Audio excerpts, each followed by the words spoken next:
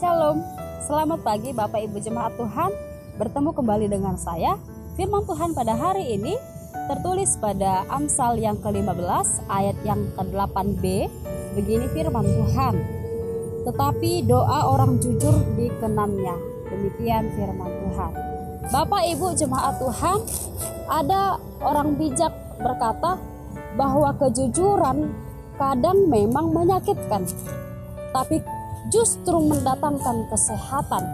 Sedangkan kebohongan kadang nampak menggembirakan, tapi justru tidak menyembuhkan. Saudara, berbicara tentang kejujuran berarti berbicara tentang hasrat dan motivasi yang muncul dari dalam hati dan pikiran seseorang, yang kemudian menghasilkan suatu tindakan. Pada zaman now, hidup sebagai orang jujur menjadi barang yang sangat langka dan berharga, sulit untuk didapat dan sulit untuk ditemukan. Oleh sebab itu, penulis Amsal secara tegas mengatakan bahwa Tuhan bergaul erat dengan orang yang jujur. Orang yang sesat adalah kekejian bagi Tuhan, tetapi dengan orang jujur ia bergaul erat. Jadi, salah satu syarat utama untuk memiliki hubungan yang akrab dengan Tuhan, kita harus menjadi orang yang jujur. Artinya, kita harus menjadi pribadi yang selalu terbuka di hadapan Tuhan. Tidak ada yang kita tutup-tutupi dan tidak ada yang kita sembunyikan. Sebagai orang percaya, apapun situasi dan keadaannya, kita dituntut untuk tetap hidup sebagai orang yang jujur. Bagaimana bisa menjadi seorang yang jujur? Diawali dengan ketulusan hati.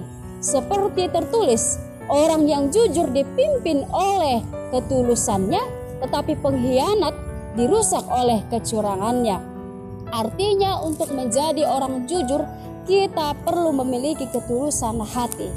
Orang yang tulus hati adalah orang yang mengasihi Tuhan tanpa syarat, yang melakukan segala sesuatu untuk Tuhan tanpa keluh kesah dan bersungut-sungut.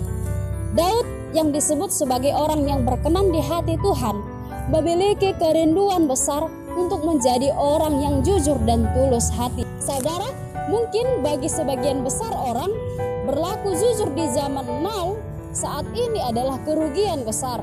Tetapi bagi orang yang takut akan Tuhan, kejujuran itu justru mendatangkan keuntungan yang besar. Orang yang hidup dalam kejujuran pasti akan mengalami berbagai berkat-berkat Tuhan secara luar biasa. Sampai kapanpun, hidup harus tetap mengasihi dan tetap mengutamakan kejujuran di dalam hidup ini. Saudara mau supaya saudara dikasihi oleh Tuhan, hiduplah di dalam kejujuran. Jika saudara selama ini tidak berlaku jujur atau kurang berlaku jujur, melalui firman Tuhan pada saat ini, hanya orang jujurlah yang berkenan di hadapan Tuhan. Mungkin bisa saja kita bersandiwara di hadapan orang-orang, mungkin bisa saja kita berdusta di hadapan orang-orang, dan orang-orang itu menyukainya. Tapi Allah, Tuhan, sungguh tidak menyukai perbuatan itu.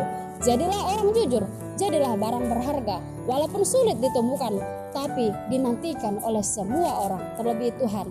Terima kasih, Tuhan Yesus memberkati. Shalom.